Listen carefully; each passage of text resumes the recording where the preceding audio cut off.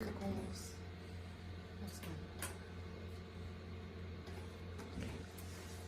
today we're going to start chapter 20. Chapter 20 talks about the workers of the last hour. It's a big lesson because it's mainly talking about us, about when you are called, if you're going to be ready. There is many lessons on this chapter. The first one that we're going to talk about today is the last shall be first. And Mm-hmm. And it starts with a parable of the workers in the vineyard. So from Matthew, it starts like this. The father of a family went out at daybreak to hire workers in his vineyard. He agreed with the workers that he would pay them 1 denarius per day and send them to the vineyard. At the third hour, he went out again, and seeing others who were in the square not doing anything, he said to them, "You go also to my vineyard, and I will give you what is reasonable." And so they went. At the 6th and 9th hours, he did the same. He went at the 11th hour. He went out once more and found others without anything to do, and asked them, "Why have you stood around all day without working?" They answered, "Because no one hired us." So what did he tell them? He said, "You go to my vineyard." Vineyard. So the parable is talking about this vineyard that the owner needed workers. So the first ones that he hired was supposed to work all day, and he was going to pay them an amount. Through the day, the owner went out and about to find more people that was just needing to work. Because when he asked them, he says, "Why have you stood around all day without working?" They said, "Because no one hired us." So that means that they were ready, they wanted to work, but no one had given them the opportunity. They were willing to do whatever to work, but no one had gave them the opportunity. So they were invited to go to work. So what happened when evening came? The owner of the vineyard called all the workers and paid them 1 denarius each, from the last to the first. So remember, when he hired the first set of workers, what did they agree? They agreed to work all day for 1 denarius. So that's what the owner did. He called and paid from the last to the first 1 denarius each. Those that had been found first complained, and one of them said, "This last worked only 1 hour, and you have made them equal to us, who bore the load and heat of the day." So that comes, the first lesson of this parable is that they were not pleased by the fact that they got paid what they have agreed. They were upset because the ones that worked less got paid the same as them work all day. So what did they got in response? The owner said, "My friend, I have done you no wrong. Did you not agree with me on 1 denarius for your day's work? So have the owner done anything wrong? No. He paid what it was agreed. I wish to give to the last as much as to you." And is your evil eye because I'm good?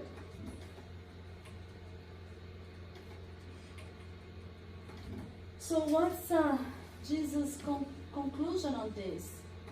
Thus the last shall be the first, and the first shall be the last. Now, through this lesson today, we're gonna go back and we're gonna understand more this phrase of Jesus.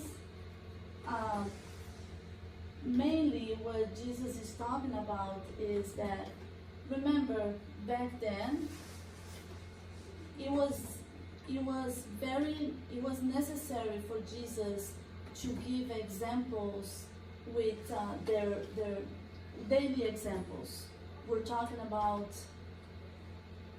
2,000 years ago, where the best way to teach was to give examples with things that were going on back then. That doesn't necessarily mean that he is talking about the how many hours you worked on that day. It's more important to be who is actually ready to work when it's called, and are you really there to work for God, or are you there just to, on this case, get paid, but instead of being grateful, complaining because you feel that you have been rejected or you're being neglected because someone else that had worked this less amount of hours than you is getting paid the same as you. And of course, in this case, Jesus is not, the salary is not money. We're going to go further on the slides and we're going to talk a little bit more about what did he actually mean with the salary that those workers got paid. For many are called, but few are chosen. This is another phrase that it's important for us to understand, that when Jesus talks about who are chosen, he is not the one that is choosing us. We have to be the ones ready to be chosen by Jesus. When in the example of the parable, the ones that had worked all day, they felt less prepared to be thankful for the opportunity to work than the ones that worked less hours. So to be able to understand this, it's not God or Jesus that is choosing us. We have to be ready to be chosen when we are called. So again, when we talk about the parable, Jesus has to give examples so people back then could understand, and even us, we're talking about 2,000 years later, and here we are studying the same and having to go deep into these lessons. And every time you study and every time you read, you can find a different teaching, and depending on the time that you are in your life, you're going to understand in a different way. So here, what it means is, so the vineyard owner is God. Are you going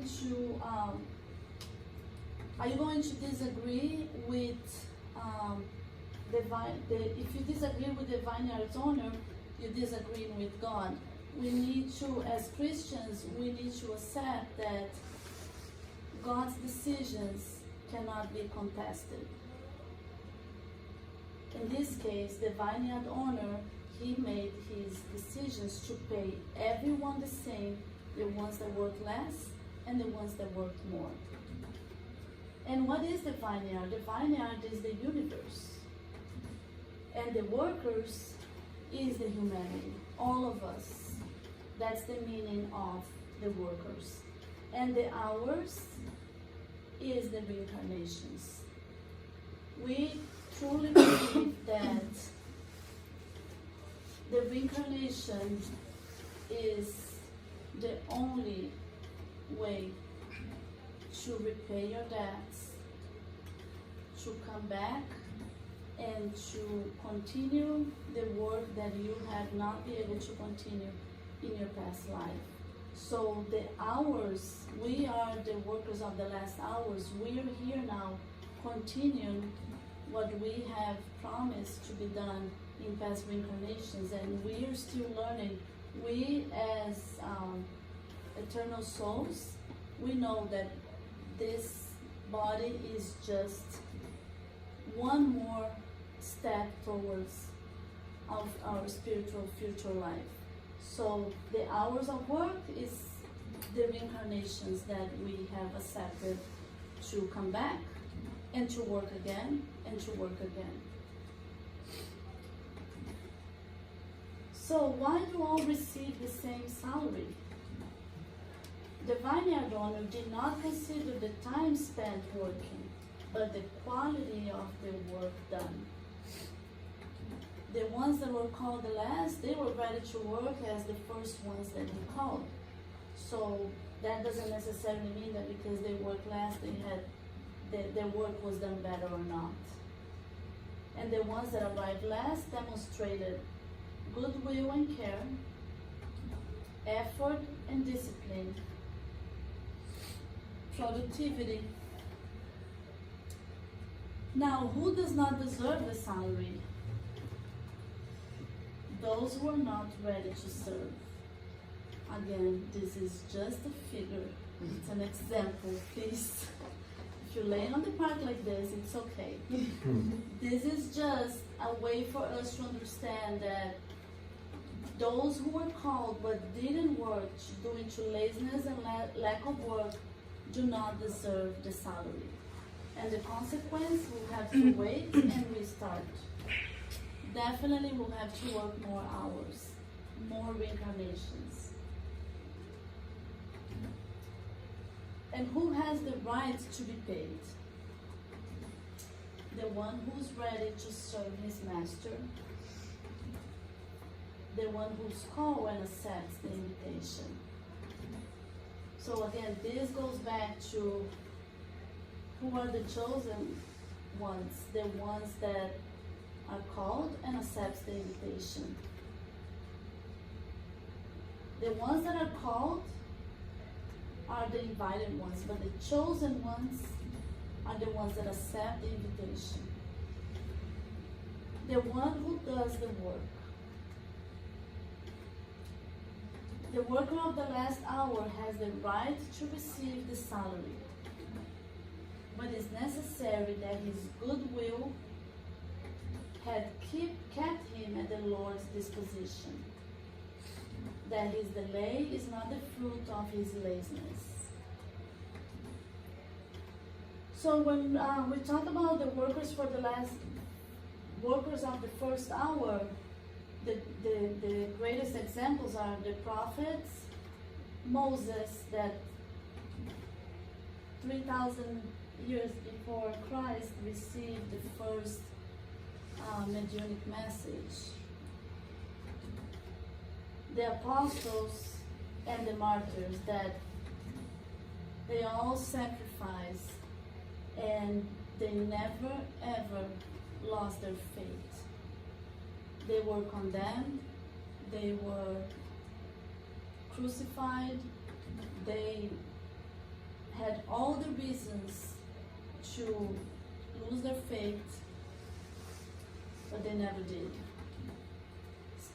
They never did. Learned individuals and philosophers like Socrates, Platon, and Aristotle. And who are the workers of the last hours? The last hour.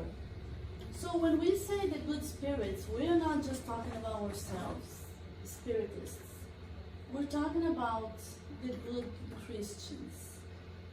Maybe this should be changed and say the good Christians, because we're not better than anyone else. As long as you consider yourself a good Christian, you are a worker of the last hour. Now, we also have to understand that there is a difference between preaching and acting.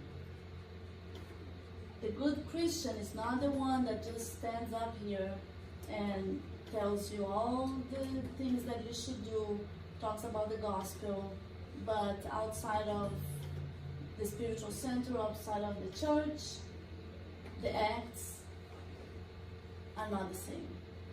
So the good Spiritists, the good Christians are the ones that are able to perform Jesus' teachings. It's very hard. We're not saying that you have to be saints, but it's that daily vigilance. Learn with your mistakes. Have compassion to the other. Love others like you love yourself, like your brother and sister. We might not be able to consider ourselves a good Christian on this incarnation. We're probably going to need to work a few more hours of some good reincarnations here to be able to consider ourselves pure and good Christians. But at least we're trying. We're doing our best to get there. And then talking about the law of reincarnations and the reincarnation and their collective works. So the Spiritists, as the last true bride, we profit from the intellectual endeavors of our predecessors. Humans must inherit from humans. So again, here we're talking about the ones that everything that we have learned with those prophets that came before us. And we as humans, because even though we are eternal souls, I'm pretty sure that no one here remembers your past life. Even though when we disincarnate, we're going to have our memories back and we're going to be like, what have I done? But now as humans, we don't remember. So very important for us to learn from our predecessors, because we have to learn from humans. History, that's very important. Why do we study the Gospel of Jesus? All the books that were written, because we need to learn from the ones that came before us. And that's the beauty of the collectivity, because we as whole universe are working towards our progress. Many are alive again today or will come back in the future to complete the work they had formerly begun. So for those who say, oh, when I die I'm going to rest, you're not, because you're going to prepare yourself to come back and to complete the work. Hopefully one day we'll be able to get our hands full and say, I don't have to come back again. But most likely it's going to be a long time until we are able to do that. God blesses solidarity. So in this case, we're talking about, again, the reincarnation, the charity from God to us, that let us come back and let us repair our mistakes. And to the good Spiritists, what did Constantine told us? You are all workers of the last hour. Again, to the good Christian. Employ the time you have remaining well. That means do not waste your time. Never forget that your existence is only a fleeting instant in the immensity of time comprising eternity for you. So this is like this. This existence is gonna go very fast by the time you see, and it's just an instant on eternity, because we have a long time ahead of us still. And the Spirit understands the continuity of the task, interrupted but always resumed once again. So when we disincarnate and we come back, it's like we are resuming our task here. So for those that, sometimes it's very easy to despair and say, why am I going through this? Why this is happening to me? what have I done to go through something like this?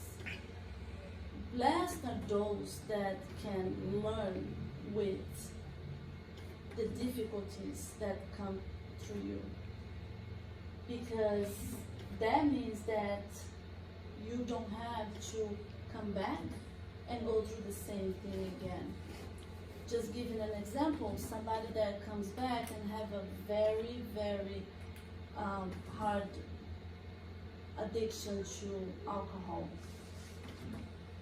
There is a reason why you came back with this addiction. Are you going to fulfill your existence here? Are you going to stop that addiction? Are you going to learn with that? Or are you going to have to come back? What a waste if you have to come back another existence because you were not able to stop that on this incarnation. When we die, when we disincarnate, we're going to wake up with the same morals as we have now. It's just like waking up the next morning and you're going to look back and you're going to say, what have I done? Or you're going to say, whoa, I'm glad with what I have done. So just think about that, because it's easy to complain about the things we go through. But it's so much better when we can appreciate the outcome. When we can appreciate, when we're doing a medical treatment, and we can appreciate the doctors and appreciate the treatment that you're going through instead of complaining about the sickness. That sometimes is all you need to receive your grace. Accept, and God, if you are entitled to that salvation, if you are entitled to be saved from whatever you're going through, as long as you accept, you'll be able to get your grace. But we can find so many reasons in life to complain. But if we really look, we can find way more reasons to be grateful.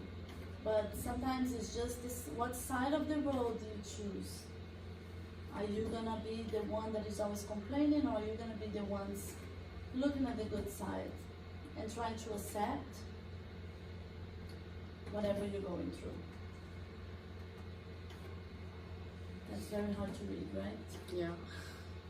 So I'm gonna read from here. It says, workers. Indeed, many workers are called to the ministry of Christ for the raising of the kingdom of God on earth. However, almost everyone undermines time, the lofty concession of infinite goodness. Many, instead of the sweat in the task to which they were brought, spend their hours repeating bright sentences inebriated with useless verb. Others, unsuspecting, are given to the indecent examination of their companion, as if they were mere fiscals of the work that does not belong to them. So again, here he's talking about, are you going to be the one glad for the work that you were given, or are you going to be the one examining every single one of your co-workers being fiscal of the work that you have nothing to do with it? It's pretty much saying, worry about yourself and let the others worry about themselves. Many are consecrated to endless quarrels, supposing themselves to be the defenders of eternal wisdom. They devote themselves to innumerable lazy worship, deeming to extol the merits of the great majesty, adjusted to the pure ornament of the great revelations. There are many out there that they really think that they are God, and that they can pretty much do the speech, talk about the revelations, but actually they are not doing what they're supposed to do. Many others still deliberately flee to work, freezing their steps in the cold of indifference to immobilize themselves in the shadows of negation. and they miss the divine minutes, reaching the end of the journey in the matter of mental rest, begging the light they themselves despise. The awakened workers, however, even when they are called to work in the last moments of the day, are attuned to their duty, electing in designation the claimant of their own action, and with resolute arms in the service to be realized, they learn that time is also as the fruitful soil to repay us in a regime of increasing percentage the blessing we sow.